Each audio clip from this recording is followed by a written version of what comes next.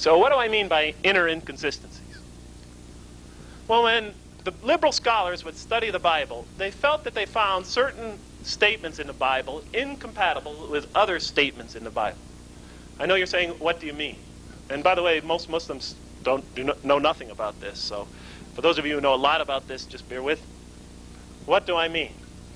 When most Christians talk about, say, the cleansing of the temple by Jesus, when Jesus went to the temple of Jerusalem and kicked out the money changers and the thieves and so forth, the disreputable people that were there, they talk about the cleansing of the temple.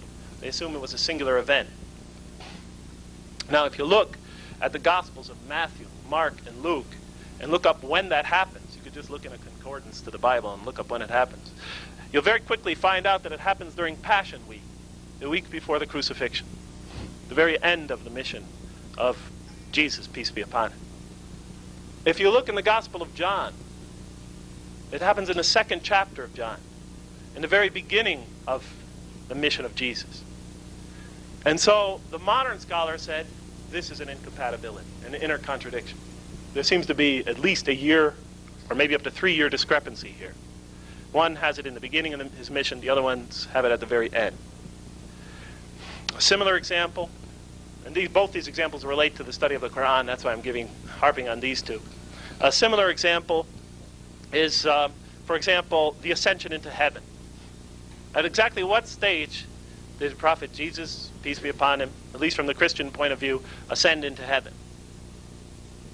Well, if you go to the Gospel of Luke, you can't help but notice that it happens on Easter Sunday, the day he is raised from the dead, according to the Bible.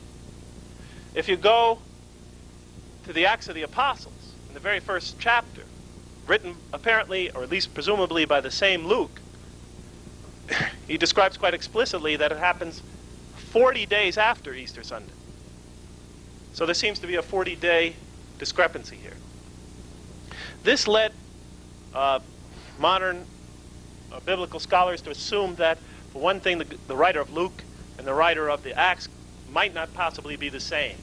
And then they would look for other evidence to suggest the same. And they would build various theories about different traditions coming into play and being interwoven here.